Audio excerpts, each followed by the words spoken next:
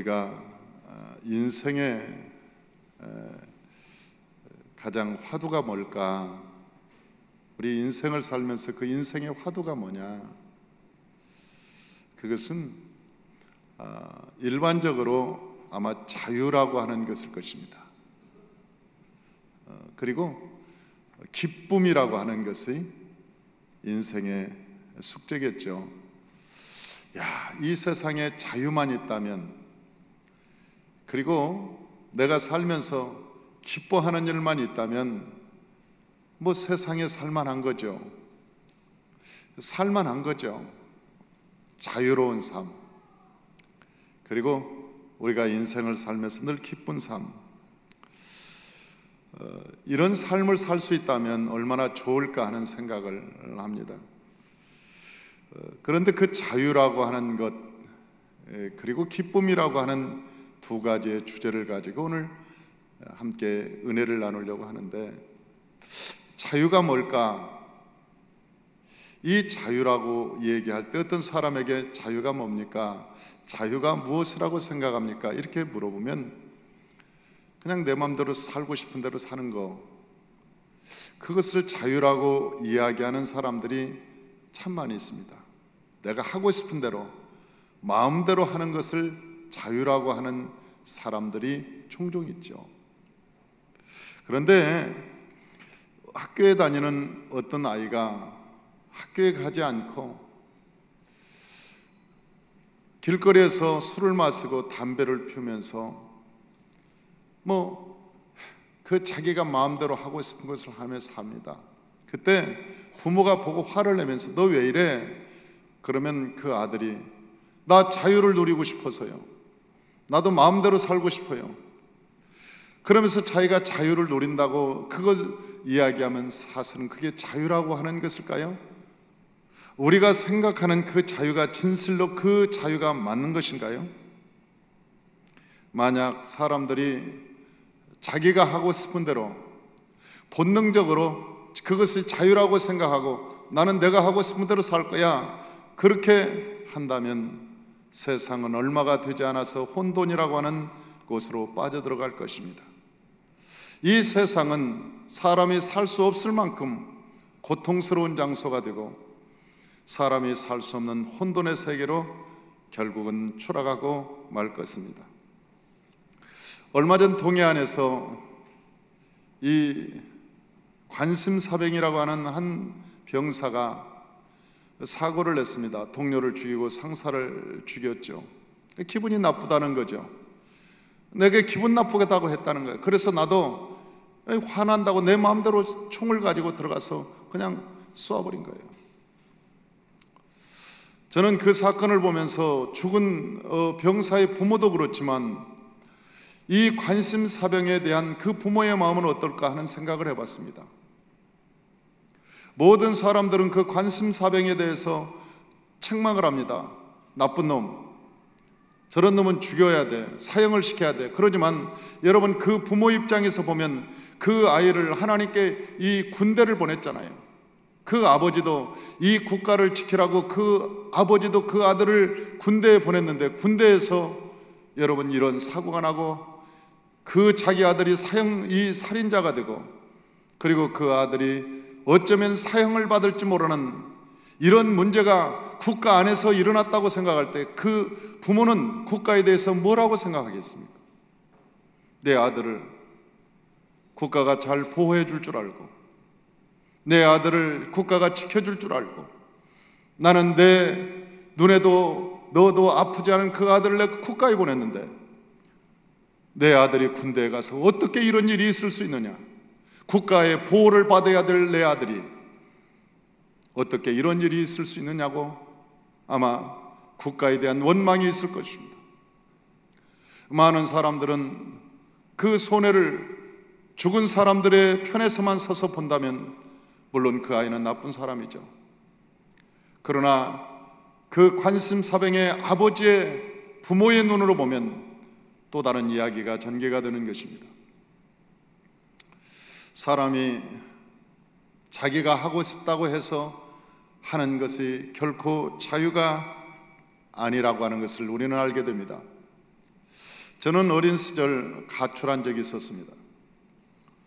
그 집에 우리 아버지가 굉장히 엄격한 아버지였습니다. 그래서 저는 그 아버지가 그 말씀하시는 것이 잔소리로 들렸습니다. 저 아버지만 안 계시면 나는 자유롭게 살 수 있을 텐데. 그런데 그 아버지가 없는 곳으로 한번 가보자. 그래서 무조건 방학 때가 되어서 가출을 했습니다. 겨울이었습니다. 그런데 그 가출할 때 너무너무 재미있었습니다. 하루는 너무너무 재미있어요. 친구들과 함께 밤새도록 얘기해도 우리 아버지가 안 계셔서 저한테 말을 하지 않았어요. 밤을 새워서 우리가 놀아도 아무도 우리를 터치 않았어요. 그런데 이틀이 지났습니다. 그런데 친구 집 부모님이 나를 쳐다보면서 너는 안 가니? 다른 집으로 또 옮겨야 됐습니다. 그래서 친구한테 연락을 해서 또 다른 집으로 갔습니다. 그런데 그 다른 집에서 또 하룻밤을 지내니까 그 다른 집 그 부모님이 나를 쳐다보는 눈이 여상치 않습니다. 저놈은 왜 안 가지? 그런 눈빛이었습니다. 그래서 또 다른 집으로 갔습니다. 3일째가 되는 날 내 마음에서는 집에 가고 싶기 시작했습니다. 내가 집에 가면 우리 어머니가 있고 이 겨울에 따뜻한 고구마를 쪄주고 그리고 때가 되면 날마다 식사를 제공해주고 그리고 내가 하루 종일 책을 봐도 누워있어도 우리 어머니는 아무 말도 하지 않는데 우리 아버지가 기뻐하는 공부만 한다면 아버지도 나에게 너무나 잘해줄 텐데 그런 생각이 서서히 들기 시작했습니다. 그리고 결국 닷새 만에 백기를 들고 저는 집으로 돌아왔습니다. 제가 나가 가출한 그 시간이 닷새가 전부였습니다. 그런데 그 닷새는 너무나 지루한 시간이었습니다. 처음에 하루 이틀은 참으로 기뻤습니다. 그런데 그 3일이 되는 날부터 집이 그리워지기 시작하고 내 마음이 불편하기 시작하고 내 거처가 불안정하기 시작했습니다. 저희 아들도 저를 닮아서인지 가출을 한 적이 있었습니다. 초등학교 5학년 때 그 아이가 가출을 했습니다. 목요일 날 밤이었는데 그놈이 12시를 기해서 가출을 단행했습니다. 그런데 그 아침에 새벽 예배 나가려고 할 때 그 아이 책상 위에 편지가 한 장이 있었습니다. 그 내용은 이런 것이었습니다. 아빠, 엄마, 저는 오늘 12시에 집을 떠납니다. 저를 찾지 말아주세요. 그리고 이 다음에 성공해서 반드시 집에 돌아오겠습니다. 마지막으로 한 가지 부탁할 일이 있습니다. 경찰서에는 절대 신고하지 마시기 바랍니다. 그리고 그 밑에 추신이라고 하는 글자가 써 있었습니다. 추신 그렇게 해놓고 일주일 후에 제가 집에 다시 돌아와 보겠습니다. 저를 자식으로 받아주신다면 대문에 공표를 해주시고 받아주시지 않겠다고 하면 가입표를 해주시기 바랍니다. 그러면 제가 알아서 판단하겠습니다. 불효자 올림. 저는 아침에 그 편지를 보고 굉장히 혼돈을 일으켰습니다. 그리고 충격을 받았습니다. 이놈이 어디를 갔지? 초등학교 5학년인데 이놈이 어디를 갔지? 그래서 그 후에 학교 선생님한테도 연락도 하고 아는 친구 집에도 연락을 하고 그리고 찾을 만한 곳에 모두 연락을 했습니다. 결국 그놈은 이틀 만에 엄마의 손에 잡혀왔습니다. 멀리 못 뛴 거죠. 그래서 제가 그 아이에게 물어보았습니다. 너는 과연 집에 나가서 어떻게 살려고 나갔니? 그랬더니 그 아이가 하는 얘기가 집을 한번 나가서 자유롭고 싶었다는 거예요. 그래서 밤에 12시를 캐서 마지막 심야버스를 타고 남대문으로 갔습니다. 그래서 남대문인 새벽까지 환하니까 이 남대문에 가서 사람들 틈에 껴서 왔다 갔다 하다가 이 새벽에 열차가 다닐 때쯤 되어서 회원역에서 전철을 타고 창동역으로 갔습니다. 그 창동역은 제가 살았던 곳입니다. 그 아이가 초등학교 4학년 때까지 살았던 곳이 창동역이었는데 창동 초등학교를 다녔는데 창동역으로 가서 그리고 그 학교를 아이들이 다 가니까 학교 끝날 때까지 학교 대문 앞에서 그 자기 친구를 기다린 거예요.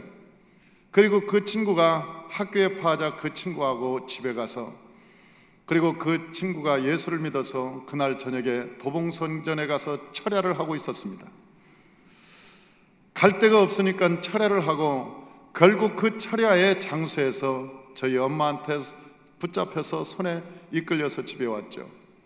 그래서 제가 물어봤습니다. 철야하고 어디로 가려고 그랬니? 그랬더니 철야하고 그 다음날 토요일이니까 하루 저녁 자고 그 다음날은 여의도 순복음교로 갈 생각이었다는 거예요.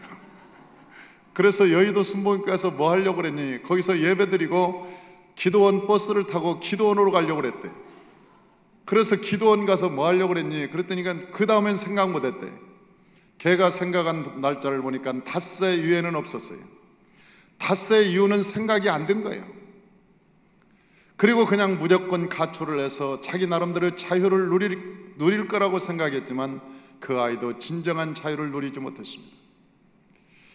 그런데 그 아이의 이야기를 들으면서 내가 너무나 웃었던 얘기가 있습니다. 집에 나갈 때 10,000원짜리 하나를 그동안 준비를 해가지고 나갔어요. 차곡차곡 그 아이가 가출할 준비를 했어요. 그리고 10,000원을 딱 만들었는데 그 10,000원을 만들어가지고 가출을 했어요. 그런데 더 재미있는 것은 남대문에서 10,000원을 잃어버리지 않기 위해서 5,000원짜리 지갑을 샀다는 거예요. 나는 그 이야기를 듣고 이놈이 경제 원리가 없구나, 앞으로 성장해서 사업을 하면 아니구나, 그런 생각을 했죠. 그런데 그 아이가 학교에 갔을 때 학교에서는 난리가 났습니다. 그 아이가 영웅이 되었습니다.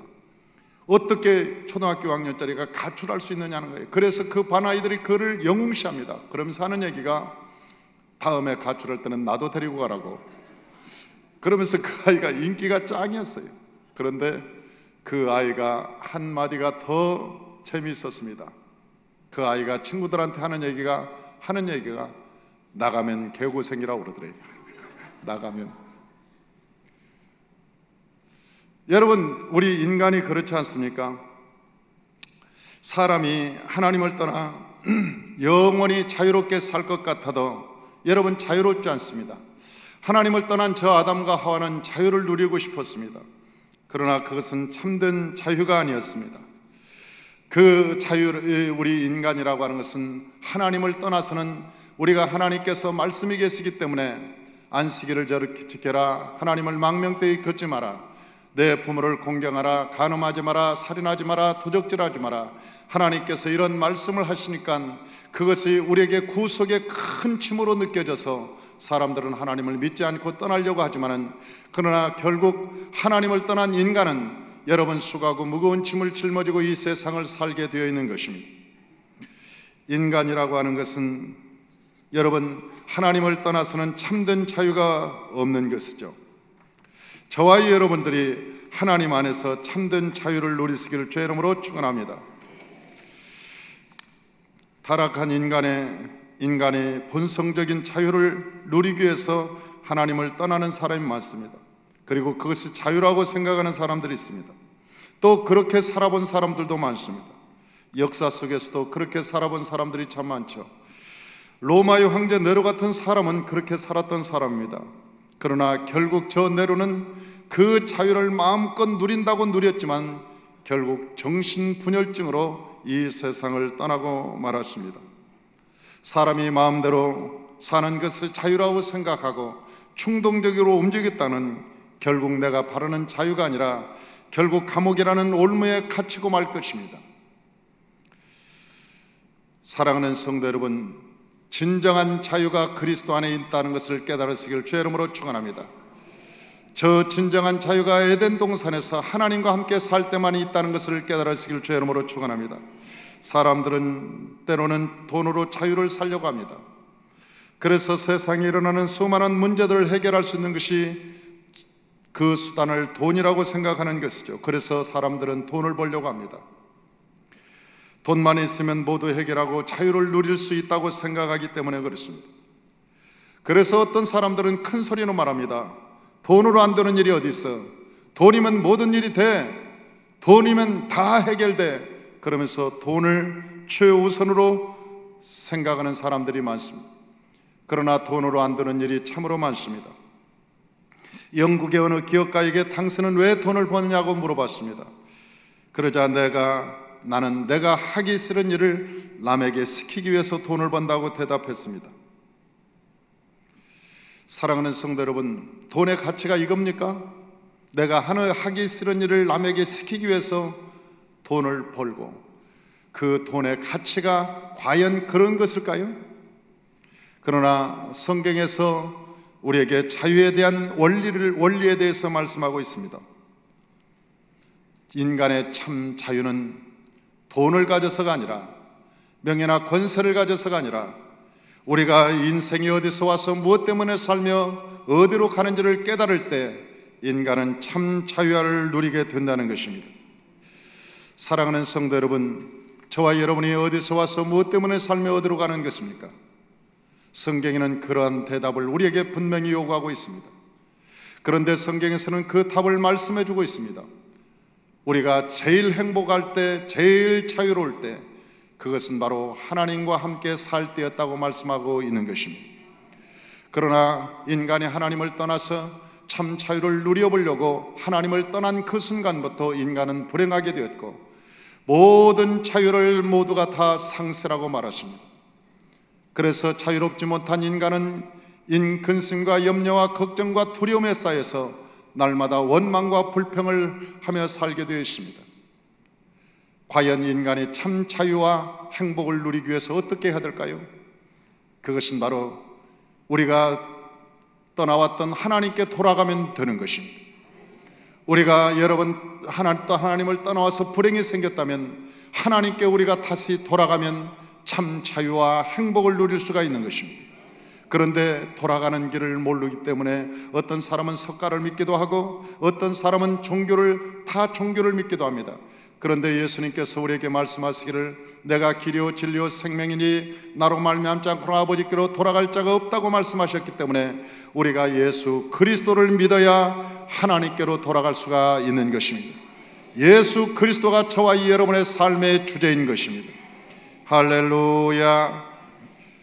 저와 여러분이 예수 그리스도로 말미암아 하나님께로 나아가시기를 주의 이름으로 축원합니다. 성경에 보면 엑소더스 사건이 있습니다.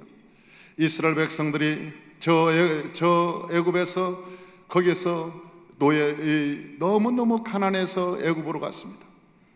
그런데 그 애굽에서 돈을 벌어서 집도 샀습니다. 전답소 샀습니다. 그리고 수많은 양떼를 거느리고 있었습니다. 그러자 그들은 거기에서 참 자유라고 생각했습니다. 그리고 거기에 안주하기 시작했습니다. 400년 동안이나 그들이 거기에 안주하고 있었습니다. 그러나 그들은 집이 있었고 그리고 양떼가 있었고 그리고 전답이 있었지만 참 자유가 없었습니다. 저 바로의 속박 때문에 그들은 자유를 찾을 수가 없었습니다. 그래서 자유를 찾아 나선 것이 바로 엑소더스 사건입니다. 바로 저 애굽을 탈출하는 것이었습니다. 그들이 탈출한 것은 자유를 찾아서 한 민족 250만 내지 300만 명이 집단적으로 나라를 탈출하는 것입니다. 집단적인 탈출. 여러분, 그 집단적인 탈출의 여러분 과제가 무엇이었습니까? 하나님께서 말씀하시기를 너희가 광야로 가서 나를 섬길 것이라고 말씀하고 있습니다. 그들은 저 애굽에서 집을 버리고 그리고 또한 자기의 전답을 버리고 그리고 우양을 그리고 자기가 소유했던 모든 것을 거기에 버리고 왔지만은 그러나 진정한 자유는 저 광야에서 하나님을 섬기면서 그들은 찾았던 것입니다. 하나님을 만남으로 그들이 진정한 삶을 찾았고 하나님께서 저들에게 젖과 꿀이는 가나안 땅을 우리에게 주신 것을 믿습니다.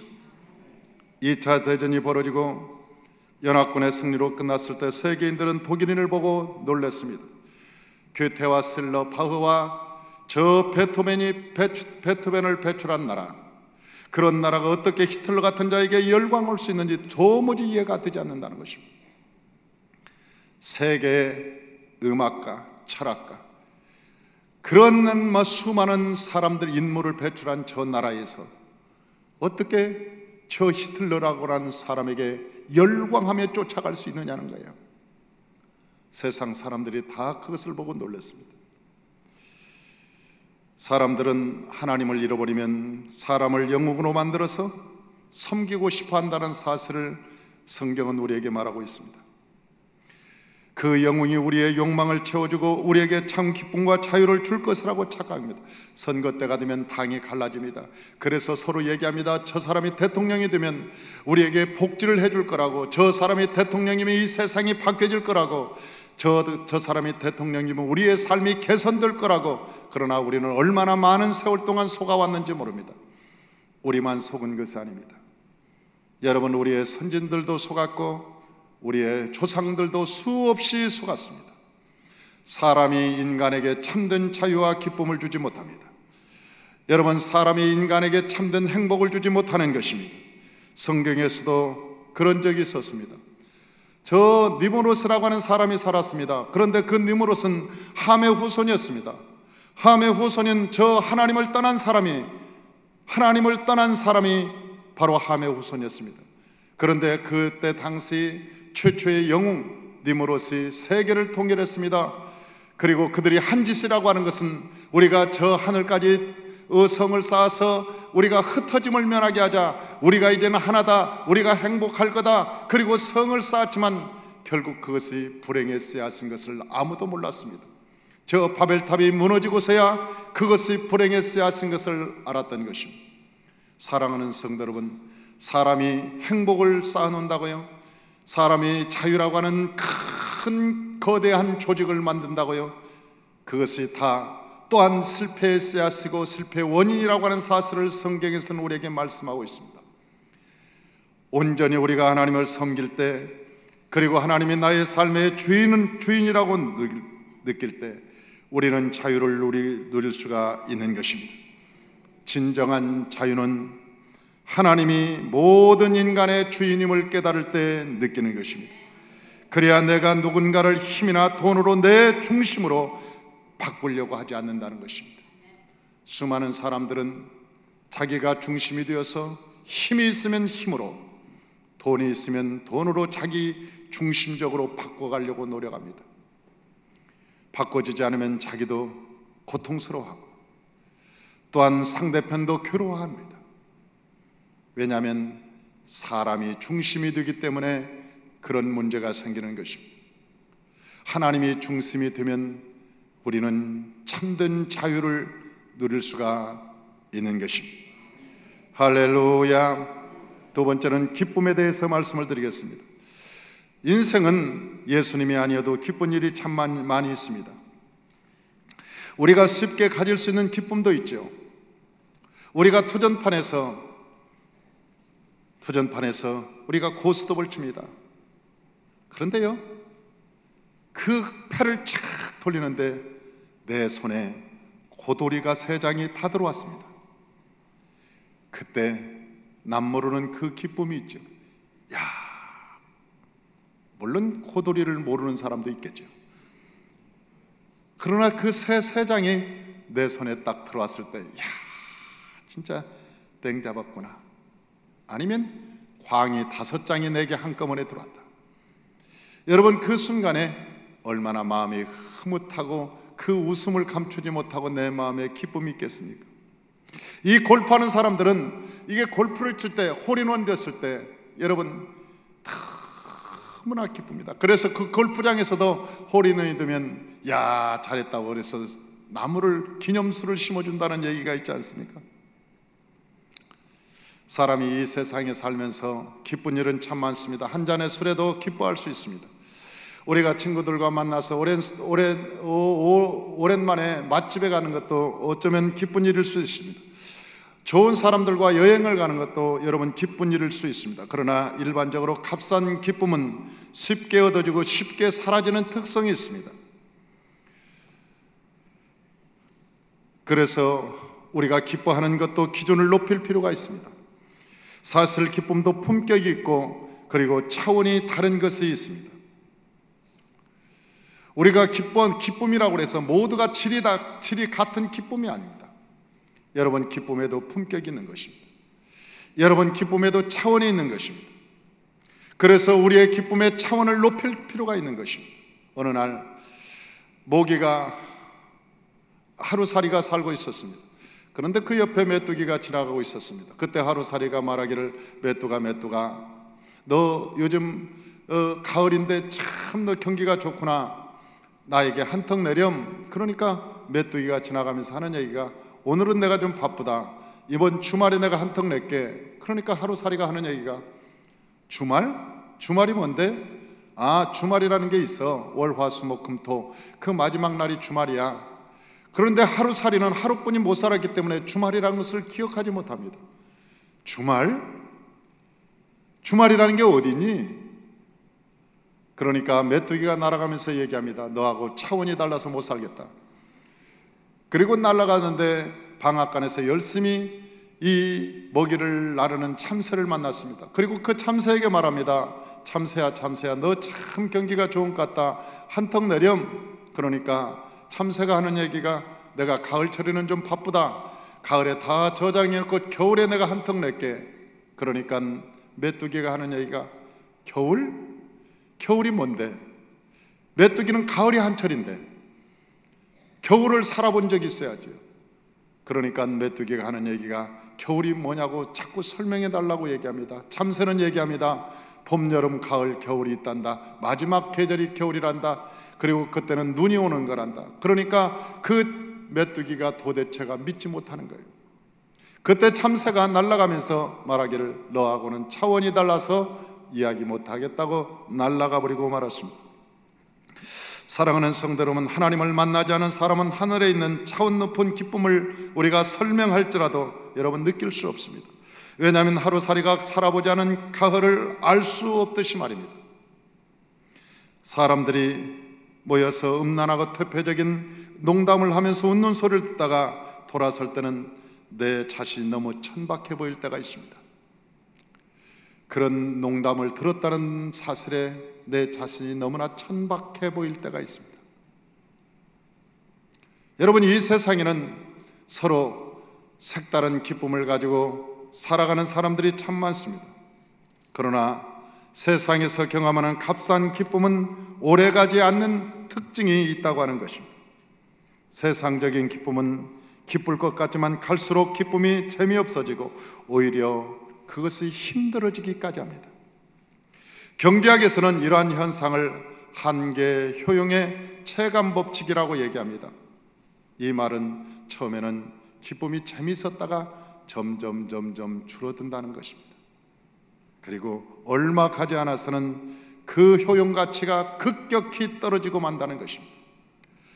여러분, 그래서 하나님 용두삼이라는 말이 있습니다.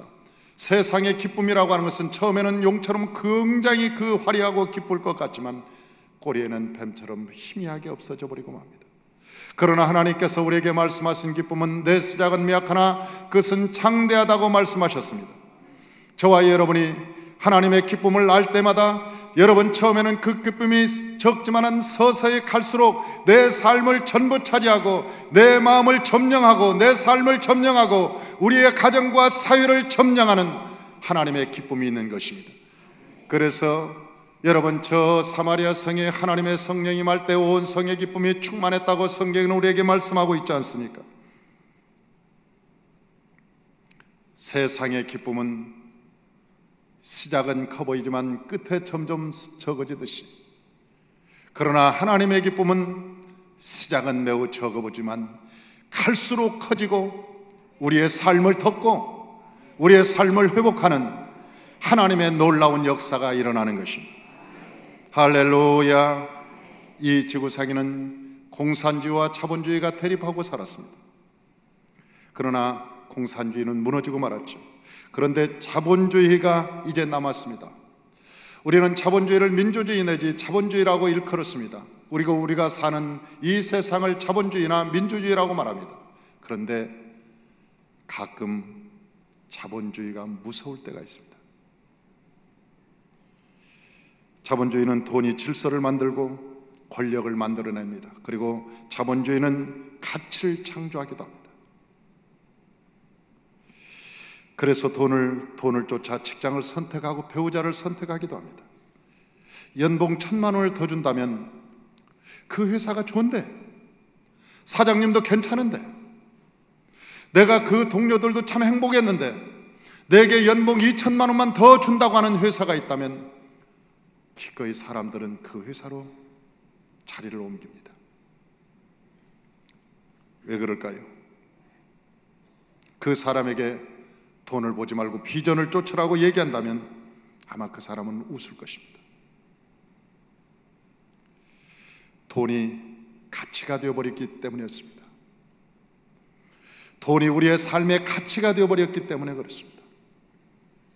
그러나 가장 무서운 것은 세상의 재앙이, 이 세상의 가장 무서운 재앙이 무엇인지 아십니까? 돈을 통제할 만한 윤리와 도덕이 무너져 버린다는 것입니다. 돈을 통제할 수 있는 윤리나 도덕이 무너져 버리고 돈이 윤리를 대체하고 돈이 도덕보다 더 앞서가기 시작할 때 세상은 재앙이라고 얘기하는 것입니다. 그러나 예수님께서 오늘 본문에 우리에게 말씀합니다. 이 요한복음 17장은 예수님의 마지막 유언기도입니다. 그런데 그 유언기도에서 예수님께서 하신 말씀이 뭐라고 얘기하냐면, 지금 내가 아버지께로 가오니 내가 세상에서 이 말을 하옵는 것은 그들로 내 기쁨을 그들 안에 충만히 가지게 하려 함이니라. 내가 지금 이렇게 눈물로 기도하는 것은, 내가 아버지께로 가면서 내가 이렇게 기도하는 것은 그들을 데려가려고 하는 것이 아닙니다. 15절에 보니까 비옵는 것은 그들을 세상에서 데려가기 위함이 아니라 다만 악에 빠지지 않게 보존되기를 위함이나이다. 악에 빠지지 않고, 왜 악에 빠집니까? 우리가 이 세상을 따라감으로 악에 빠지게, 우리가 보존되기를 원하는데, 이 보존, 우리가 신앙을 보존하고 믿음을 보존하고 세상을 이기려면 하나님이 주신 기쁨이, 세상을 이길 만한 기쁨이 있어야 된다는 것입니다. 이 기쁨은 여러분 값싼 기쁨이 아닙니다. 예수님께서 말씀하신 이 기쁨은 값싼 기쁨이 아닙니다.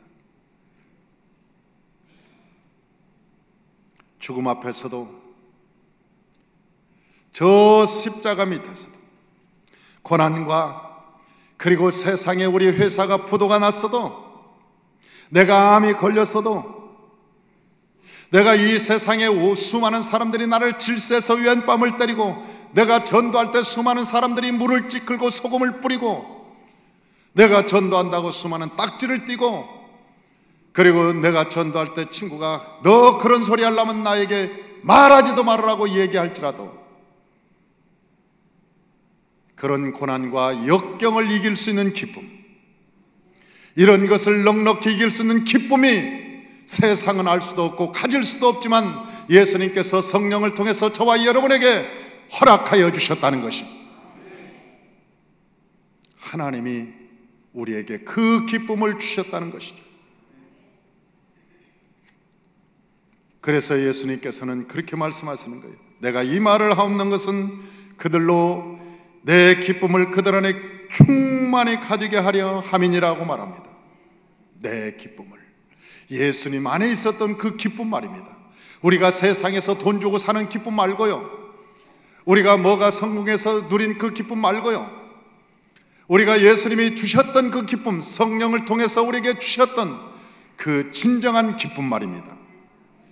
저와 여러분이 그 기쁨을 소유하시길 주의 이름으로 축원합니다.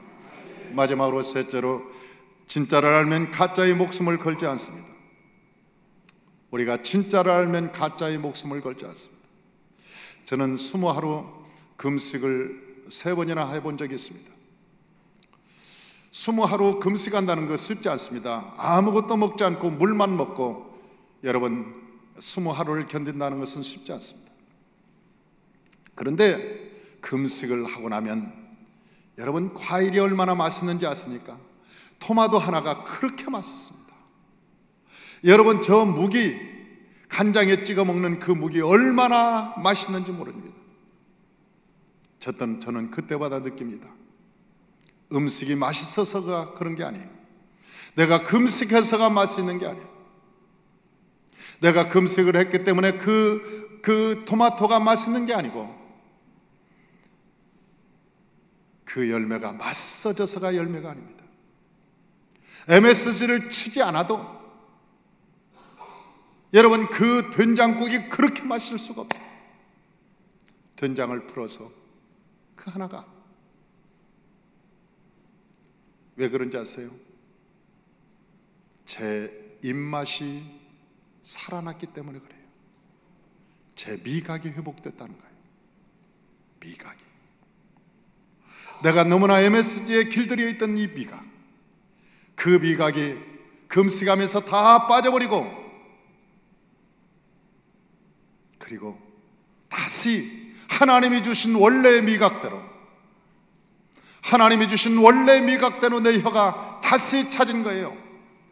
여러분, 우리가 이 세상을 살면서 얼마나 이 MSG 같은 이 세상에 많은 물결과 죄악에 물들여 있습니까? 내 영혼이 얼마나 물들여 있습니까? 그래서 하나님의 말씀이 재미가 없는 거예요. 맛이 없는 거죠. 우리가 교회 생활에 재미가 없는 거예요. 얼마나 세상의 그 기쁨과 즐거움과 자유에 우리가 만끽하고 물들어 있으면 하나님의 말씀에 여러분 내 영혼이 춤을 추지 못합니까? 왜 기쁘다고 말하지 못합니까? 내 영혼이 왜 그렇게 즐겁지가 않습니까? 하나님의 말씀에 왜 졸립니까? 사랑하는 성도 여러분, 하나님을 만나면 우리의 영혼이 회복되는 것입니다. 하나님의 말씀이 송이꿀보다, 꿀과 송이꿀보다 더 달게 되는 것입니다. 하나님을 만나고 우리의 영혼이 회복되면 성경 안에서 기쁨을 찾게 됩니다. 그래서 하나님이 좋아지고 교회 생활이 좋아지고 우리가 봉사하고 헌신하고 전도하는 것이 힘이 나고 즐겁고 기쁘고 한 영혼이 전도되는 것이 내가 100만 달러를 준다는 것보다 더 기쁜 것은 내 영혼이 회복되었기 때문에 그렇습니다.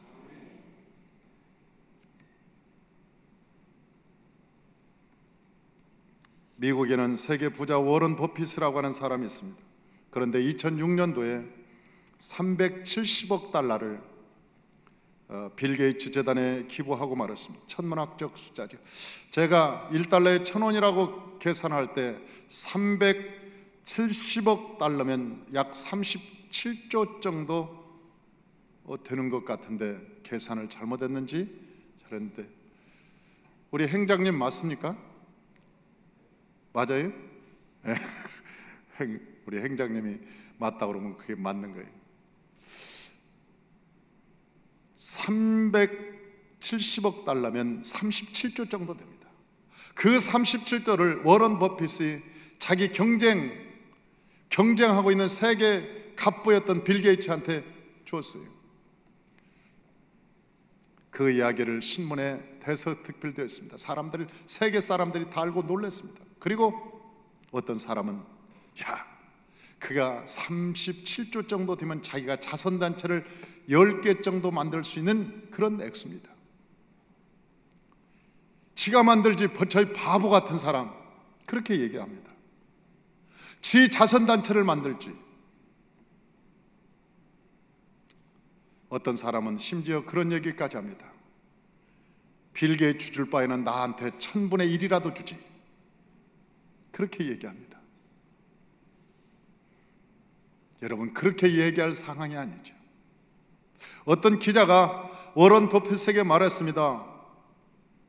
버핏, 어떻게 저 빌 게이츠한테 줄 생각을 했습니까?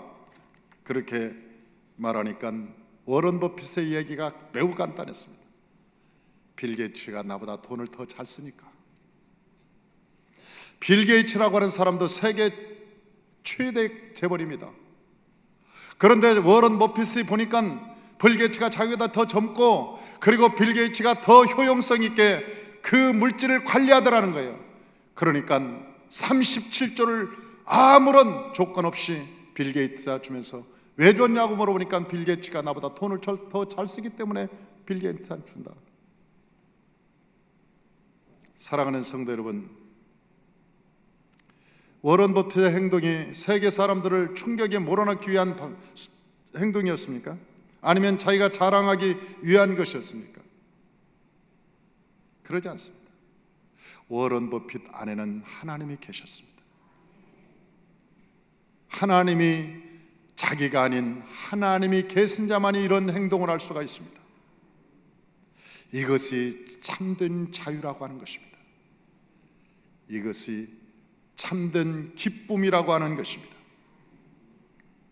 여러분, 참된 자유와 기쁨은 우리 안에 예수 그리스도가 주인 되어 살아가실 때 자유가 있는 것입니다. 우리가 진실로 예수님처럼 낮아질 때,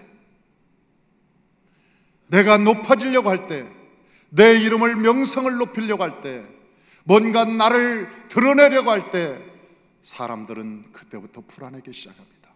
적들이 생기기 시작합니다. 그러나 내가 낮아지려고 할 때 적들은 사라지게 됩니다. 빌립보서 4장의 말씀을 하고 마치려고 합니다. 그는 근본 하나님의 본체이시나 그러나 동등담을 취할 것으로 여기지 아니하시고 오히려 자기를 비워 종의 형체를 가져 사람들과 같이 되었고 사람의 모양으로 나타나사 죽기까지 복종하였으니 십자가에 죽으심이라. 그러므로 하나님께서 모든 이름 위에 그 이름을 뛰어나게 하사 하늘에 있는 것과 땅에 있는 모든 자들로 그의 이름 앞에 무릎을 꿇게 하시고 모든 사람들의 입으로 그를 예수 그리스도를 주라 시인하여 하나님께 영광을 돌리게 하셨느니라. 할렐루야. 저와 여러분이 그리스도가 나의 삶의 주인이 되어서 내가 아니라 내 안에 그리스도가 나타나시기를, 그래서 이 세상에 줄 수 없는 기쁨과 자유가 여러분 가운데 충만하시기를 주의 이름으로 축원합니다.